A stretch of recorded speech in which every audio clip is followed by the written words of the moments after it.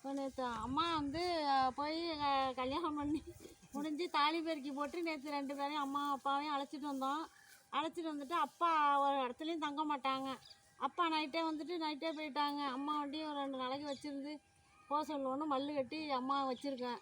எங்கள் வீட்டில் தான் அம்மா இருக்காங்க. அம்மா காணுன்னு தேடாதீங்க. அம்மா இங்கே தான் இருக்காங்க. ஞாயிற்றுக்கிழமை வந்துடுவேன்.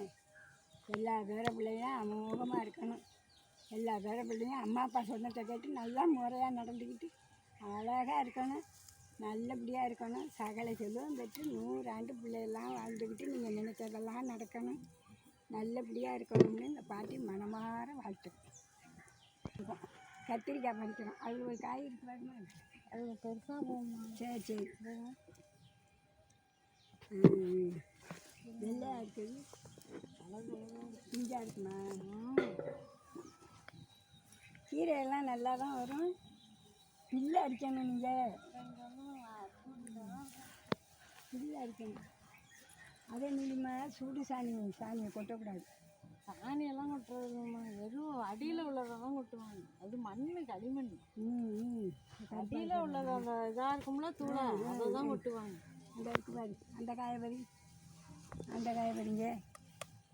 இந்த பாருங்க. அப்படியே இப்போ கொல்லைக்கு இவ்வளோ தூரம் வர வேணாம். எங்கள் கொல்லை கொஞ்சம் தூரமாக தான் இருக்குது வீட்டுக்கு முன்னாடி. நான் கொல்லையை பார்க்கணுன்னு இந்த வந்துட்டாங்க பாருங்க. வந்து நின்றுட்டு இப்போ கத்திரிக்காய் பறிக்கணுமா? செடி கொடியெல்லாம் பார்ப்பேன். அதுக்குன்னு வந்துட்டாங்க. இந்த கத்திரிக்காய் முடியெல்லாம் வைக்கலை.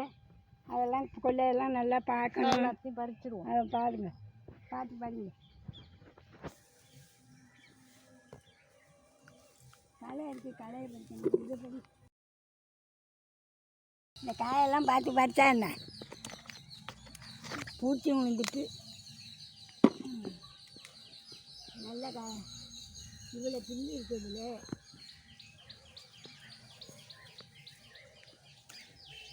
பில்லெல்லாம் அறுக்கணும். நீங்கள்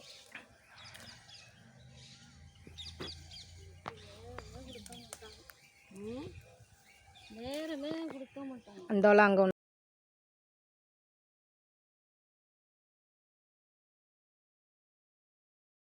நீங்கள் அங்கெல்லாம் மிளகா மட்டும் நல்லா காய்ச்சிச்சுமா. அவ்வளோ காய் காய்ச்சிச்சு. அவரைக்காயா செடியிலே காய்ச்சிடுங்க.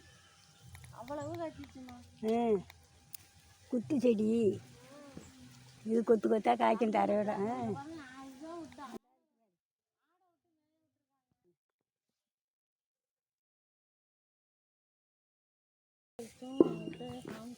நிறைய காமிச்சிட்டு ஓஞ்சிட்டு இன்னும் பூத்து.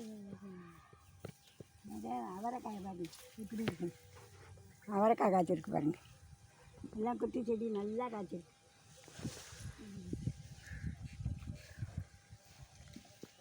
இதாம்மா அவரைக்காய். இதை கொண்டாங்கம்மா. அவரைக்காய் ஒன்றும் காசுக்கு வாங்க மாட்டாங்க. எங்கள் பெரிய பொண்ணு வீட்டில் மாத்திரம் எல்லாம் கொல்லையில் வச்சு எல்லாம் ரெடி பண்ணிவிடுவாங்க. ரொம்ப ரொம்ப நல்லா இருக்கும். அங்கே பாருங்கள் சுண்டைக்காய் மரம் எப்படி காய்ச்சிருக்குங்க. பாருங்க மாதுளை எப்படி பூ பூத்துருக்கு பாருங்க. சின்ன கண்ணாக தான் கொண்டாந்து எடுத்துகிட்டு போனேன். இப்போ நிறையாவே பூத்துருக்கு. இன்னும் காய் வரலையாம்மா? நிறைய பறிச்சிட்டோம்மா. இந்த வச்சுருக்கோம். ஆமாம், இப்போதான் வைக்கிது காய். இந்த கோவக்கீரையை பறித்து சமைச்சாமாம்மா? சமைப்போம்மா. சமைப்போம். பறித்து சமைஞ்சது நல்லாயிருக்கும். கோவக்கீரை அவ்வளோதும் உடம்புக்கு நல்லது. கோவக்கீரை நான் ஒரு பச்சையில் கூட இந்த பாருங்க காணா வேலையை பாருங்கள். அது வந்து நல்ல வேலை பாருங்கள் எப்படி இருக்குன்னு. நல்ல வேலை எப்படி இருக்குது பாருங்கள். இதை அரைச்சி பறித்து சாம்பார் வைக்கலாம், புளிக்குழம்பு வைக்கலாம், வதக்கி துவைய அரைக்கலாம். அவ்வளோ உடம்புக்கு நல்லது. நல்ல வேலை அதுக்கு பேர்.